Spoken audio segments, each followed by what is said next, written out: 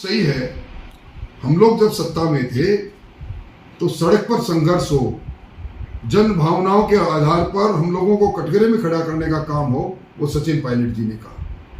ये तो उस प्रकार की बात हो गई कि किसी किसान ने अपनी फसल पैदा की, पूरे साल मेहनत की, फसल लहला उठी, फसल को जब काटने की बारी आई तो कोई और आया चुपके से काट के ले गया।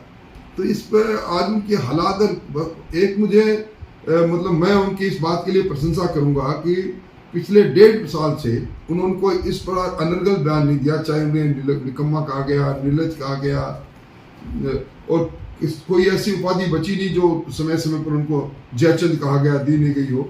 उसके बाद भी संयम उन्होंने रखा। और अब कांग्रेस की अनुशासनहीनता, भारत जोड़ो की यात्रा पर निकले उनके राजकुमार देख रहे हैं, राजस्थान में दिखाए थे, वो कर नहीं सके। कानून व्यवस्था की जर्जरता इसीलिए है कि मुख्यमंत्री जी कभी अपने विभाग को समय नहीं दे पाए और विधानसभा का चुनाव लड़े और विधानसभा में सरकार का समर्थन कर रहे 200 मिनी मुख्यमंत्री पैदा हो गए और जिन्होंने राजस्थान में लूट खसोट प्रारंभ कर दी।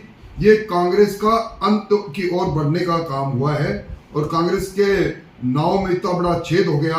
और मैं समझता हूं अगर मुझे कोई कहे तो मैं संज्ञा दे सकता हूं, कांग्रेस अब जूतों में दाल बांट रही है।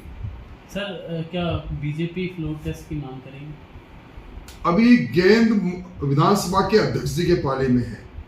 उनके सामने त्याग पत्र है जो उपस्थित होके मान्य सदस्य ने दिया है।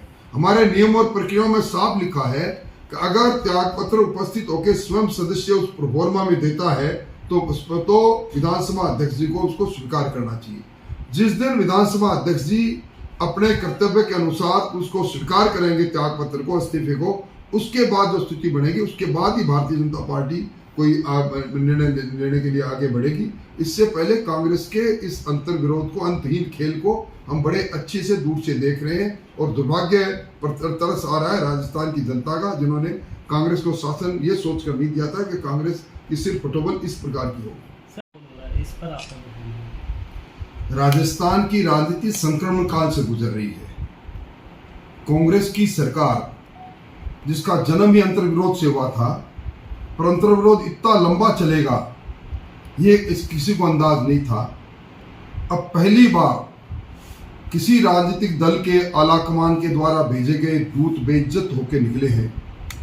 आज तक कई बार कांग्रेस के शासन में परिवर्तन हुआ है कालांतर में, पर कभी भी आलाकमान के द्वारा पर्यवेक्षक भेजने के बाद उनके पास मीटिंग भी वो नहीं कर सके, विधायक दल की मीटिंग नहीं हो सके। इस प्रकार का मंजर कभी देखा नहीं गया।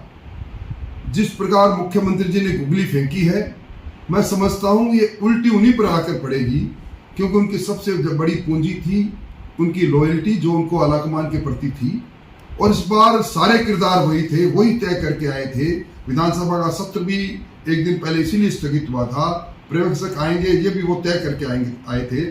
और इस प्रकार अनुशासनहीनता करके ललकारना, हालांकि कांग्रेस की आंतरिक राजनीति है, मैं कुछ कहना नहीं चाहता, परंतु चूंकि सत्ता है और सत्ता पर जब इस प्रकार का अस्थिरता रहती है तो सत्ता पर प्रभाव पड़ना वाजिब सी बात है।